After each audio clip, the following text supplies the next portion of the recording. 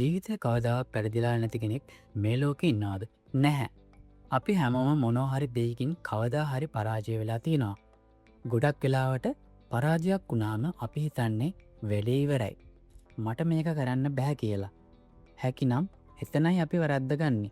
අද අපි කතා කරන්නේ සයිකොලොජි වලට අනුව මේ පරාජය කියන දේ ඔබේ සාර්ථකත්වයට පළලංචියක් කරගන්නේ කොහොමද කියලා. එහෙනම් වැඩි කතා නැතුව යමු වීඩියෝ එකට.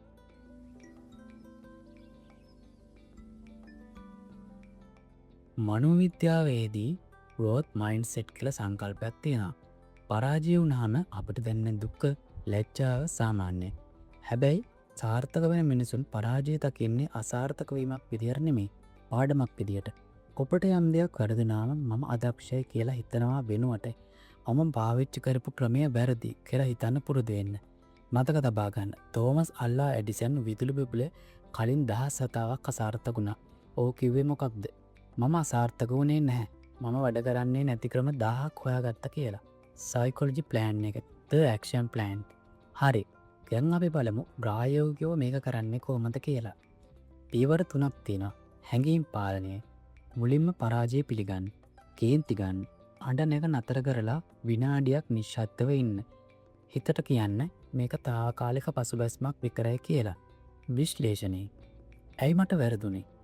මම කරපු එකේ වැරද්ද මොකක්ද කියලා තර්කානුකූලව හිතන්න. හැඟීම් වලට ඉඩ දෙන්න එපා. මොළයෙන් හිතන්න. අන්තිම එක තමයි අලුත් සැලැස්මක්.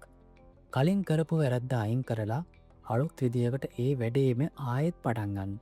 මේ සැරේ ඔබ පටන් ගන්නේ බිඳුවේ ඉඳන් නෙමෙයි. අත්දැකීම් එක්ක.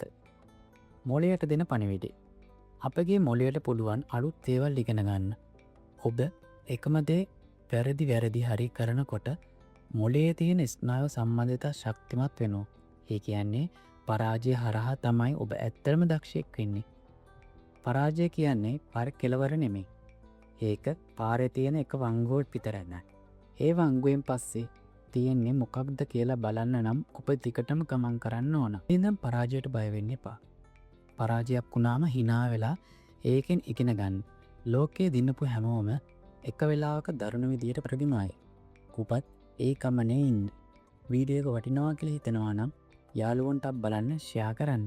තවත් මෙවැනි සයිකොලොජි වීඩියෝ බලන්න දැන්ම අපිව සබ්ස්ක්‍රයිබ් කරලා තියාගන්න. ජය තියාගන්න.